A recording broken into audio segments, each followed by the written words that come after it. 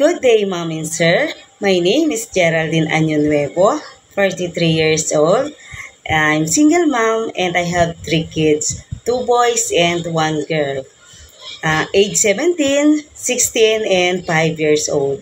I am a high school graduate and I am Catholic. My first working experience is here in the Philippines to take care the old woman, and I know how to change the diaper, and I know how to handle it when it use the wheelchair, and I feed her also. I washing the clothes, ironing, cleaning the house, and cooking sometimes. And from 2013 to 2014, only 1 year experience in my first employer here in the Philippines because my old woman I care is passed away.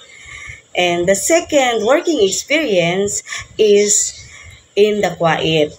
I take good care of baby, 2 years old, from December 2015 to February 2018, my finished contract.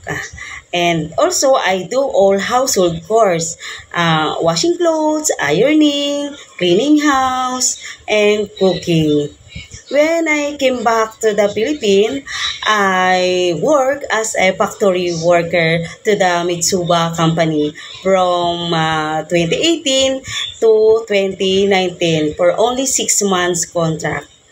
And also, after that, I work as a lady guard from the company of San Miguel Pure Foods until now.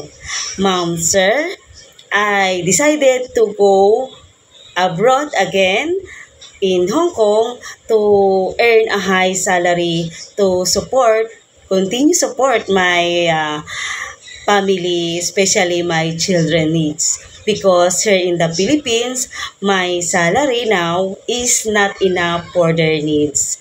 Ma'am, sir, my ability to do work are washing clothes, ironing, cleaning house, cooking, and especially to take good care of baby. Ma'am and sir, I am a hardworking, trustworthy, honest, and responsible person. And ma'am, sir, if you give me a chance and choose me, I promise I do my best and I'm willing to learn more the duties and responsibilities, and I'm willing to follow the rules and regulations in your home. Thank you and God bless.